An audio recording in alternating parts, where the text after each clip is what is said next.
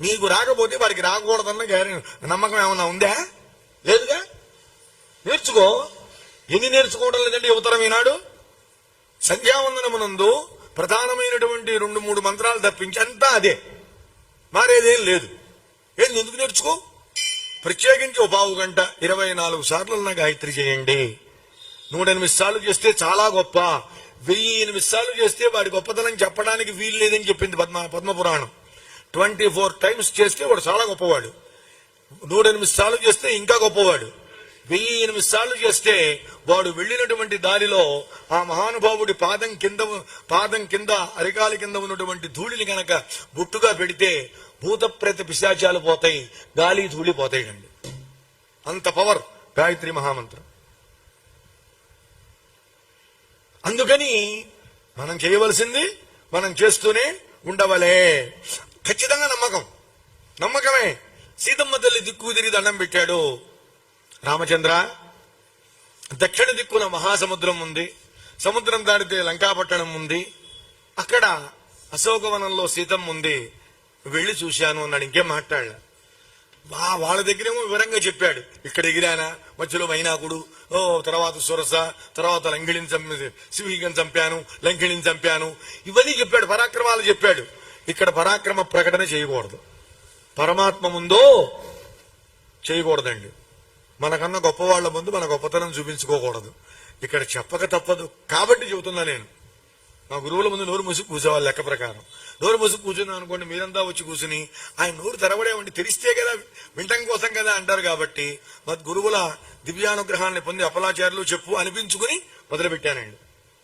మళ్ళీ ఆ మహానుభావుల ఆశీర్వచనంతో నేను మళ్ళీ బయలుదేరతా. అది అందువల్ల ఈ తన గొప్పతనమే చెప్పాల ఆంజనేయ స్వామి. సీతమ్మ ఎలా ఉందో చెప్పాడు. చెప్పి, స్వామి సీతమ్మ నాతో మాట్లాడింది. రామ సుగ్రీవ సఖ్యం, మీరు సుగ్రీవుల వారు స్నేహం చేసిన విధానాన్ని విని చాలా ఆనందపడింది. నేను కూడా అంగుళీయకాన్ని ఇచ్చాను. తర్వాత అమ్మని అడిగితే అమ్మ ఒక మాట చెప్పింది, ప్రభు మీరు కేవలం ఉంగరం ఇచ్చి పంపించారు నాకు, కానీ ఆవిడ మాత్రం ఒక అద్భుతమైన గుర్తు చెప్పింది అన్నాడు. ఏమిటా గుర్తు? వాయస వృత్తాంతం అండి అన్నాడు. చిత్రకూట పర్వతం మీద ఈశాన్య దిక్కున వాళ్ళు విహరించే సమయంలో జరిగినటువంటి వృత్తాంతం మొత్తాన్ని కూడా మహానుభావుడైనటువంటి ఆంజనేయ స్వామి రాముల వారికి చెప్పి, స్వామి ఇదిగో అమ్మ చూడామణినిచ్చింది, తీసుకోండి అని ఆ చూడామణిని రామయ్య చేతిలో పెట్టాడు. పెట్టి, రామా ఇప్పుడు చేయవలసింది ఒకటి ఉందన్నాడండి హనుమ. ఏమిటి? సర్వదా సాగర జలే సంతారక ప్రవిధీయతం. మనం సముద్రం దాకా వెళ్ళొచ్చు. మేము అంత 1 కోటి మంది వెళ్ళాం కాబట్టి ఇన్ని కోట్ల మంది బయలుదేరినా ముందు మేము వెళుతూ ఉంటాం.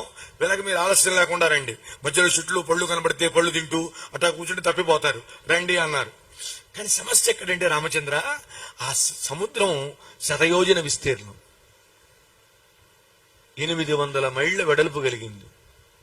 పైగా మకరాలయం, అన్ని మొసళ్ళు, తిమింగలాలు, తిములు, సొరచాపలు ఇవి ఉంటాయి. అందువల్ల రామచంద్ర ప్రభు సముద్రాన్ని దాటే ఉపాయాన్ని ఆలోచించవాయా అన్నాడండి. నువ్వు ఆలోచించాలి, అది ఆ బాధ్యత నీదేనన్నాడండి. అని మణిక్యాడిగా ఈయనేదో చెబుతున్నాడు. అదేమో ఆయనకి బట్టల రాముల వారికి. ఆ తర్వాత చూద్దాంలది అది అన్నాడు, చేతిలో పెట్టుకున్నాడండి. ఇలా చూడంగానే తమ్మణిం హృదయే కృత్వా ప్రరురోధ సలక్ష్మణ. ఇందాకనేమో లక్ష్మణ స్వామితో ఆనందాన్ని పొందాడు. ఇప్పుడు లక్ష్మణ స్వామితో కలిసి ప్రరురోధ ప్రకర్షణ రురోధ. ఒక్కసారిగా సీతా అన్నాడండి. దుఃఖపడుతున్నాడు రామచంద్రమూర్తి. కన్నీరు మున్నీరుగా పిలిపిస్తున్నాడు. నేత్రాభ్యాం అశ్రుపూర్ణాభ్యాం సుగ్రీవమిదమబ్రవీత్. కన్నీరు గారేటువంటి, కన్నీరు నిండినటువంటి నేత్రాలతో సుగ్రీవునితో అన్నాడు, చూసావా సుగ్రీవా, తన దూడను చూసినప్పుడు ఆ ఆవుకి ఆనందం కలిగి ఎట్లాగైతే చక్కగా పాలను చెబుతుందో ఇస్తుందో, అలాగే ఈ మణిని చూడంగానే నాకు హృదయం ద్రవించింది.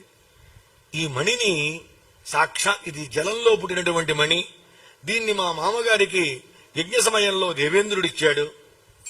ఈ దివ్యమణిని వివాహ సమయంలో మా మామగారు మా ఆవిడ సీతమ్మకిచ్చారు. ఆనాడు సీత ఆ మణితో చూడామణితో శోభాయమానంగా ప్రకాశించింది. ఈ మణిని చూస్తూ ఉంటే నాకు ఇద్దరు గుర్తొస్తున్నారు. ఇద్దరిని చూసినట్టుగా ఉంది. ఒకరు జనక మహారాజు మా మామగారు, రెండవది మా నాన్నగారు దశరథ మహారాజు గారు అని చాలా చక్కగా తన వృత్తాంతం అంతా చెప్పాడు.